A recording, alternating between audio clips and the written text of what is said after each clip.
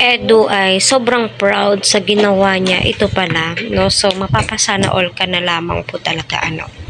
So, alam naman po natin, napakaraming ibinigay ni Edu ng mga accessories para kay Beyonce. Pero, iisa lamang po yung nagustuhan natin sa lahat ng binigay niya kundi ang singsing, 'di ba?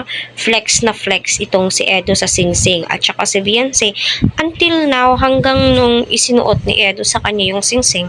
Until now isuot-suot pa rin po ni Beyonce. No, siguro tinatanggal niya pero binabalik din po niya, ano. So, sign po 'yon na my God. Alam niyo na po kung ano yung ibig sabihin nun, 'di ba?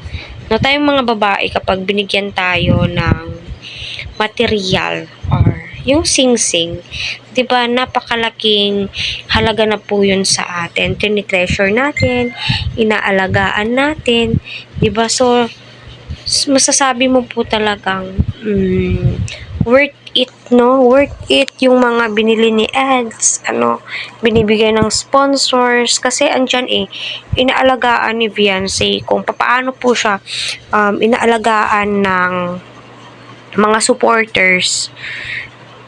Pinapahalagahan pala ay ganun din po yung pagpapahalaga na ibinabalik po niya. So, tayong mga supporters, masaya po tayo kapag nakikita po natin yung mga couple na singsing, t-shirts, etc.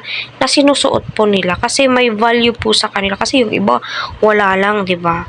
So, sana ay totoo yung mga sinasabi ni Eds, pambihirang singsing naman po talaga yan, masasabi mo po talagang hay, sana totoo na. So, sana totoong engagement ring na po talaga yan, charot.